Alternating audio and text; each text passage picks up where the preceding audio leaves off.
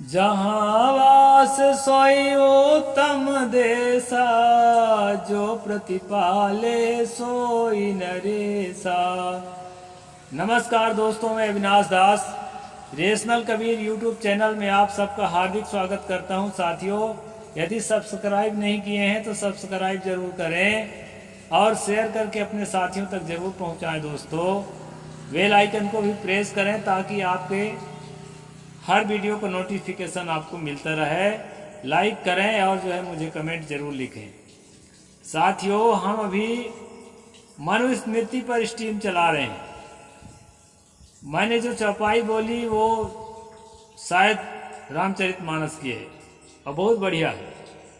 उसमें नफरत की बात नहीं है। उन्होंने कहा है, जहाँ वास सोई उत्तम देशा, जहाँ हम रह रहे हैं वही हमारे लिए उत्तम देश है, और जो हमारा प्रतिपालन कर रहा है वही हमारा राजा है। दोस्तों, हम किसी भी पक्ष के हों, चुन करके जिसको ले आते हैं वो सबका राजा होता है। और वो बदमाशी से भले पक्षपात करे, और करते भी हैं। जैसे अभी आप देखो ना, रमेश भिधोड़ी को, आज कल की बात है, वो एक सांसद को कितना भद्दा भद्दा सदन में ही गाली बकने लगा। अरे चुन के आए हो, अपनी पद की मर्यादा, अपना कदर तो करो, अपने पद की तो कीमत समझो। तो लोग ये भी नहीं समझ पाते हैं। खंडन तो करना पड़ता है, मैं रोज खंडन करता हूं, लेकिन संवैधानिक मर्यादा में रह के खंडन करना पड़ता है। इसके बाद भी कोई सवाल उठेगा तो झेल लिया जाए। तो दोस्तों, ये जो चौपाई है, जहाँ वास सोई उत्तम देशा, सो प्रतिपाले जो प्रतिपाले सोई नरेसा। हम जिस देश में जन्मे हैं या नहीं भी जन्मे हैं, बीच से रह रहे हैं, जब से रह रहे हैं तब से रह रहे हैं, अपना देश समझकर जिसमें हम स्थायी रूप से रह रहे हैं, उस देश के प्रति हमारा वही कर्तव्य होता है जो एक अन्य नागरिक का होता है। यहाँ भारत में तो दोयम दर्जे का कोई नागरिक नहीं है। विदेश से आके भी जिसको नागरिकता बाद में मिली है, उसके साथ भी दोयम दर्जे की कोई बात नहीं है। भारत में ही नहीं, अमेरिका में, ब्रिटेन में कहीं नहीं है। जहाँ भी समृद्ध डेमोक्रेसी है, वहाँ सब जगह सुधार हो गया। दोस्तों, जहाँ हम रहते हों, आप ही सोचिए, आप जहाँ रहते हैं उसके अगल बगल झगड़ा झंझट बना के रहेंगे तो आपको शांति कैसे मिलेगी? और वहीं पर प्रेम बना के रहेंगे तो आपको शांति ही शांति मिलेगी। सतगुरु कबीर साहब ने इसीलिए कहा था, को हिंदू को तुर्क कहा वह एक जिमी पे रहिए। कौन हिंदू कहला रहा है, कौन मुसलमान कहला रहा है? एक धरती पे रहो और प्रेम से रहो। लड़ाई झगड़ा से मत रहो। लड़ाई झगड़ा से आपके अंदर शांति नहीं रहेगी। आपका मन में टेंशन रहेगा, शरीर अस्वस्थ रहेगा, अपने उन्नति के कार्य में ठीक से नहीं लग पाओगे। यानी जितना नुकसान है, ज्यादा टेंशन होगा तो नहीं पीते हो तो कल से पीने भी लगोगे। तो जितना नुकसान है झगड़ा झंझट से, वो सारे नुकसान हमारे जीवन में आते हैं। इसलिए जहां हम रहते हैं वहां अगर शांति से रहते हैं, आस पड़ोस के लोगों को महत्व देते हैं, तो क्या होता है दोस्तों? एक तो देश में शांति कायम रहती है, देश की सेवा हो रही, और दूसरा हमारे मन में शांति कायम होती है, हमारी समृद्धि बढ़ती है, हमारे परिवार में शांति कायम होती है, और हम एक अच्छे आदमी के रूप में इज्जत पाते हैं, सम्मान पाते हैं। इसलिए यहाँ पर मैं तुलसी दुबे जी का जो चौपाई है, इसको मैं समर्थन करता हूँ। आज हम पढ़ेंगे दोस्तों मनुस्मृति के 4थे अध्याय में। कल मैंने बताया था कि आग में पैर सेक लेने से मैं पिट गया, और बुरी तरह से पिट गया, मरा नहीं है, बड़ी बात है। तो कहने का मेरा मतलब ये है कि ये जो धर्म शास्त्रों में नियम दिए गए हैं ना, ये नियम को अक्षरशः पालन करने के चक्कर में अंधभक्ति जो पैदा हो जाती है तो आदमी कुछ भी करने को तैयार हो जाता है। तो 2-4 नियम मैं और बता देता हूँ, फिर एक तो एटम बम है इसमें श्लोक, आखिरी में उसको बताऊंगा, जिसके नाम से मैं थंबनेल बनाया हूँ, ठीक है नहीं? तो साधारण नियम भी क्या क्या है कम से कम जाने तो उनको भी जान लें, फिर आखिर में 61 नंबर में बताऊंगा उसमें। इसमें क्या है, नास्नीयासंवि वेलायां न गच्छेन्नान्नपि संविशेत न चैव प्रलिखेत् भूमिं नात्मनोपहरेत् सृजम्। सायंकाल में भोजन, ग्रामांतर की यात्रा और शयन न करना, भूमि पर रेखा ना लिखें। शयन तो करना पड़ेगा रात में, शाम को जो है ना, रात और दिन के बीच वाले हिस्से में सोने नहीं दिया जाता है, उस समय सोना अच्छा नहीं माना जाता। उसका कारण कुछ अच्छा भी हो सकता है, इसको मैं अभी बारीकी से आपको नहीं बता सकता, लेकिन जो है शाम के भोजन नहीं करना चाहिए कहते हैं, लेकिन भूखे हैं तो आप भोजन करें देख समझ के, कीड़ा मकोड़ा से बच के। ग्रामांतर की यात्रा न करें, आपके पास टार्च है तो ग्रामांतर की यात्रा भी कर सकते हैं, लेकिन अंधेरे में सांप बिच्छू में नहीं करना चाहिए, ये भी ठीक है। भूमि पर रेखा न लिखें, धारण की हुई माला को अपने गले से न उतारें, ये शाम के लिए है। पानी में मल मूत्र न करें, थूके नहीं। दोस्तों इस बात को मैं 100% समर्थन करता हूं मनु जी का, कि तालाब में, नदी में, सार्वजनिक स्थान में या कहीं भी खेत के भी पानी में जहां तक बन सके हम गंदगी ना फैलाएं। पानी में फैली हुई गंदगी बैक्टीरिया को, फंगस को, वायरस को पनपने में मदद करती है और उससे हम बीमार होते हैं, हमारा गांव बीमार होता है, उससे नुकसान है दोस्तों। इसलिए मैं कहा था ना, जहां भी मनु जी 2-2-4 कहेंगे मैं दोनों हाथ उठा करके समर्थन करूंगा, और यहाँ पर उनकी बात की मैं समर्थन करता हूँ। पानी में मलमूत्र त्याग ना करें, थूके नहीं, अथवा दूषित पदार्थ, रक्त, मांस या विष न डालें। कई लोग जो है मछली के लिए कई तरह के केमिकल डालते हैं और उसमें आदमी भी उस पानी का उपयोग करता है, उसके लिए नुकसानदायक होता है। किसी प्रकार के जहरीला चीज पानी में नहीं डालना चाहिए। हमको पर्यावरण के स्वच्छता के लिए, पर्यावरण की सुरक्षा के लिए सजग होना पड़ेगा दोस्तों। ये काम केवल सरकार का नहीं है, हम सब का है, और हम सब के सहयोग से चाहे सरकार जो बैठी हो, इसको नहीं देखना है। नुकसान और फायदा तो हमको हो रहा है ना, वो तो अपना मजे मार रहे हैं नेता लोग। तो ये सफाई शुद्धता को मैं समर्थन करता हूँ और उम्मीद रखता हूँ भी कि आप भी समर्थन करते होंगे, और नहीं करते होंगे तो कमेंट लिख के बताइए क्यों समर्थन नहीं करते। आगे जो है हम चलते हैं दोस्तों। नैका सुप्याच्छू निगेह श्रेयांसम ना प्रबोधयेत नोदक्यायाभिभासेत यज्ञम गच्छेन्न चावृतः। सोने घर में अकेला ना सोएं, अपने से श्रेष्ठ पुरुष सोए हों उन्हें ना जगाएं, रजस्वला स्त्री से संभाषण न करें, बिना आमंत्रण के यज्ञ में ना जाएं। यहाँ पर कहा है सोने घर में ना सोएं, लेकिन सोने घर में मैं तो सोता हूँ भाई, इसलिए सोता हूँ कि ये साधु जीवन है। अकेले में अकेला बघेला की मस्ती कुछ और होती है, और समय समय से आते हैं अन्य संत आते हैं, भगत आते हैं, तो यहाँ पूरा आश्रम है, सबके लिए है। ज़्यादातर तो मैं अकेले ही रहता हूँ, यहाँ कम आते हैं लोग। तो ये कहते हैं अकेले में न सो, और जो बड़े सोए हुए उसको मत जगाओ। बिना काम के जगाना तो बिल्कुल ठीक नहीं है, मैं समर्थक हूँ इस बात की। अगर कोई अत्यंत आवश्यक है तो जगाना पड़ता है। अच्छा, आगे कहते हैं रजस्वला स्त्री से संभाषण न करें। ये तो पागलपन है दोस्तों। सबरीमाला के मंदिर में इसीलिए ना सदियों से स्त्रियों का प्रवेश नहीं था, 10 साल से 50 साल की, क्योंकि रजस्वला स्त्री है, उसका एक प्राकृतिक प्रक्रिया है, उससे हमें तकलीफ क्या है। मुझे तो कोई प्रणाम करने आता है आती है तो मैं कभी नहीं सोचता कि रजस वाला होगी कि कैसा होगी, पुरुष है कि स्त्री है। भाई हम साधु महात्मा के रूप में लोगों के सामने विराजमान हैं, उन्होंने हमको देवता के रूप समझा है तो प्रणाम तो करेंगे ही।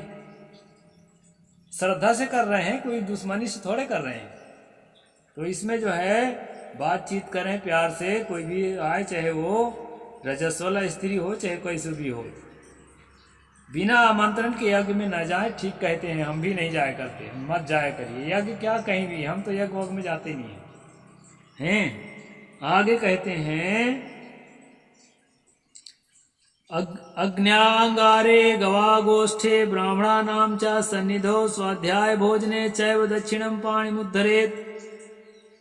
अग्निशाला में, गौशाला में, ब्राह्मणों के समीप और वेद पढ़ने तथा भोजन करने के समय में दाहिना हाथ बाहर ना करें। दाहिना हाथ बाहर ना करें इन टाइमों में। अब इसको कर्मकांडी लोग जानेंगे दोस्तों, क्यों नहीं करते दाहिना हाथ बाहर। हम तो कर्मकांडी नहीं हैं, इसके बारे में न जानेंगे। इसका कारण जो है, अगर आप किसी को मालूम होगा तो कमेंट सेक्शन में जरूर लिख के मुझे बताना दोस्तों। ना वारेद गाम धयंती ना चक्षिस कश्चित ना दिवेन्द्र आयुधम दृष्टवा कश्चित दर्शयेद बुधा। पानी पीती हुई गौ को ना रोकें, केवल गौ को नहीं, किसी भी प्राणी को पानी पीते समय, कुछ खाते पीते समय छेड़ना नहीं चाहिए दोस्तों। क्या है कि जैसा हमें भूख प्यास लगती है ना, जैसा हमें दुख सुख होता है, तकलीफ होती है, वैसे हर प्राणी को होती है। इसलिए कि इसमें तो गाय के लिए लिखा है, लेकिन मैं थोड़ा और जोर देता हूँ, गाय के अलावा भी कोई प्राणी दुखी है, भूखा है, प्यासा है, उसको पानी देना चाहिए। ये मनु के कुछ ऐसे नियम भी आगे हम पढ़ेंगे जो बड़ी क्रूरतापूर्ण है। गाय बछरू को तो पानी दे सकते हैं, लेकिन मनुष्य को जो है, अभी देखा ना राजस्थान में, वो बच्चे ने घड़े का पानी निकाल के अपने शिक्षक का पी लिया तो बच्चे की ही मर्डर कर दी घड़ा के लिए। अरे दूसरा घड़ा लिया, बहुत ज़्यादा छूत लग गए। तो वैसे छूत तो कुछ नहीं लगा है, बच्चा है, बच्चा भगवान होता है। तो ये मानसिकता गलत है। प्यास चाहे गौ को लगा हो चाहे मनुष्य को लगा हो, अगर संभव हो उसको पानी पिलाओ। दूसरे प्राणियों के लिए भी मदद करना चाहिए, गाय तक सीमित मत रहो। ये जो है, हम लोग कबीरपंथी हैं, मनुपंथी नहीं है। इसलिए यहाँ के सार तत्व को हम स्वीकार करें और अपने यहाँ के सार तत्व को भी फॉलो करें। आगे कहते हैं, दूसरे का दाना घास खाती है उससे ना कहें। ऐसी स्थिति में क्या है दोस्तों, दाना घास खा रहे हैं तो खा ले, लेकिन कभी कभी फसल चल रही है, थोड़ा हाँकना पड़ेगा, क्योंकि भाई फसल की रक्षा तो पशु से करना ही पड़ेगा। और दाना घास खा रहे हैं तो खा लेने दो थोड़ा। और आगे कहते हैं, आकाश में इंद्रधनुष को ना देखें और किसी को ना दिखाएं। अब इंद्रधनुष देखने में क्या बुराई है, क्या अच्छाई है, इसके बारे में भी मैं नहीं जानता, लेकिन मनु ने मना किया है देखने को। और आपको मालूम हो तो मुझे जरूर बताना। अब वो एटम बम वाला श्लोक आया है, इसको मैं थोड़ा विस्तार से बताऊंगा, आप लोग उगना मत। हाँ, कहते हैं, ना धार्मिक बसेत ग्रामे ना व्याधि बहुले भृशम नैकम प्रपद्येता धारणम ना चिरम पर्वते बसेत। जिस गांव में अधार्मिक लोग बसते हों और जहां अनेक असाध्य रोग से पीड़ित लोग रहते हों, वहां भी अधिक काल तक न रहे, मार्ग न चले और चिरकाल तक पहाड़ पर न रहे।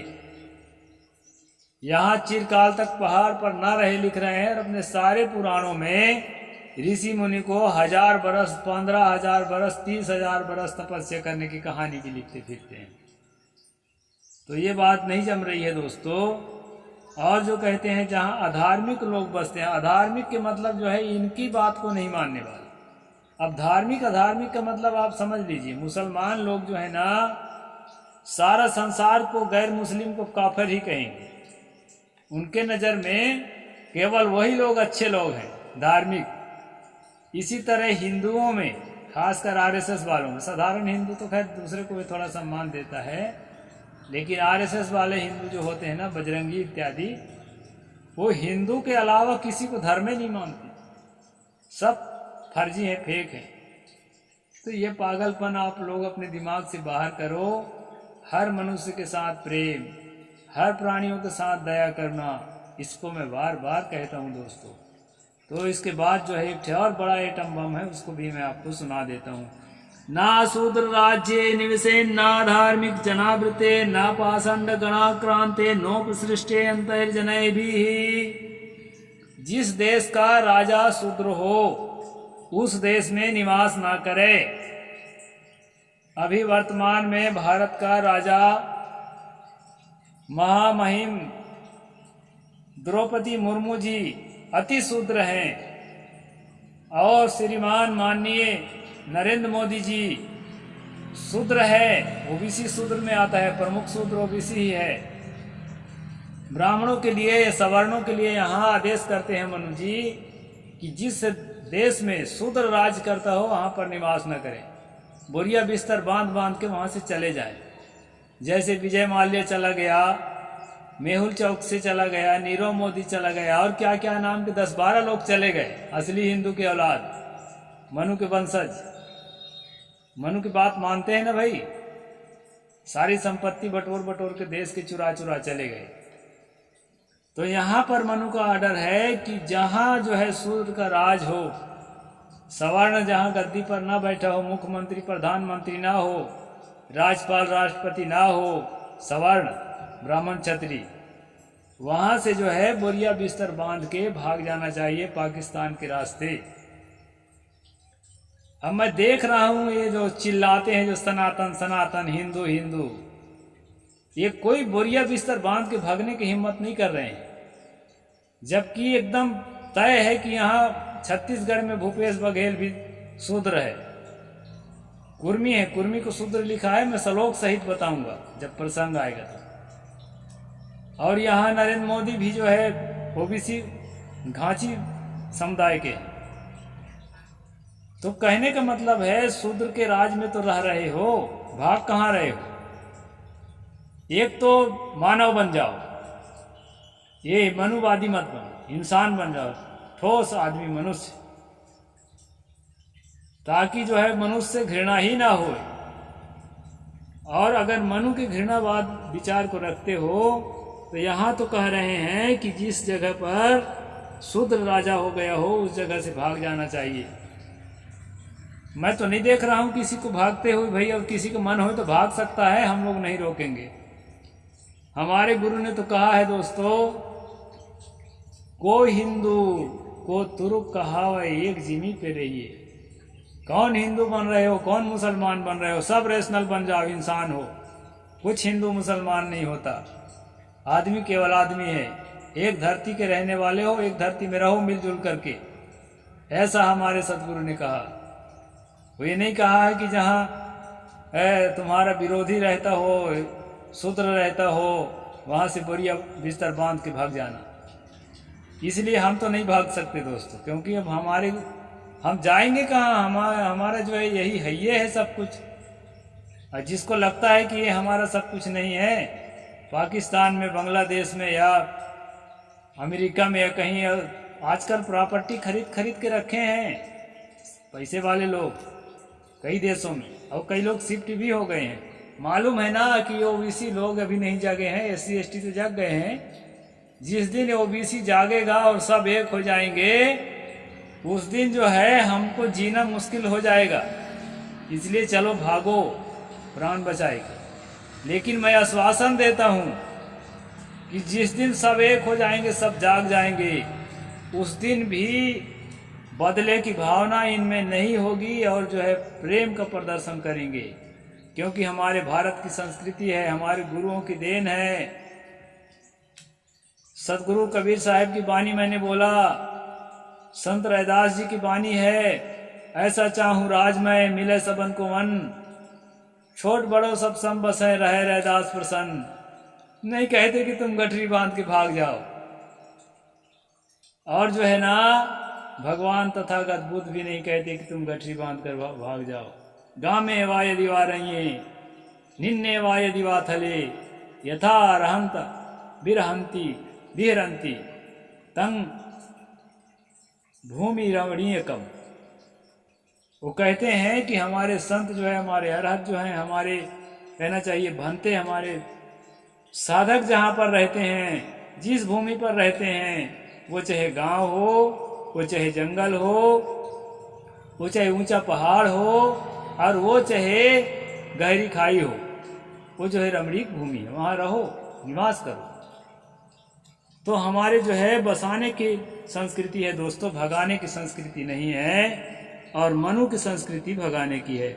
आगे कहते हैं छली कपटी दुरात्मक बस्तियां घिरा हो और नास्तिकों वेद निंदकों का आक्रांत हो तथा अधम जातियां चंडाल आदि अंत्यज जातियां अछूत जातियां रहते हों, उस देश से भाग जाना चाहिए। यहाँ अछूत जातियां भी रहते हैं दोस्तों, जिसको ये लोग अछूत मानते हैं।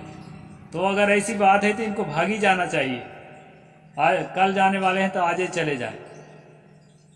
अगर ये चीज है इनके मन में तो जा सकते हैं। और जिनका मन पवित्र हो गया है, वो किसी भी जाति में पैदा हुआ है, मनुष्य को मनुष्य मानने के लिए जो राजी हो गया है, जिसके हृदय में प्रेम करुणा और मानवता, सहानुभूति और सहिष्णुता पैदा हो गया है, वो मेरा जुड़वा भाई है। मेरे से गले लगाए, हम सब एक हैं, हमें किसी से कोई दुश्मनी नहीं है। हमारी संस्कृति प्रेम की संस्कृति है, हमारी संस्कृति भाईचारे की संस्कृति है। इसलिए दोस्तों आज का स्ट्रीम मैं यहीं पर पूरा करता हूँ, समय ज़्यादा हो जाएगा। और जो है अगर सब्सक्राइब नहीं करे हैं, सब्सक्राइब जरूर करें, शेयर करके साथियों तक पहुँचाएं। साहिब बंदगी, जय जोहार।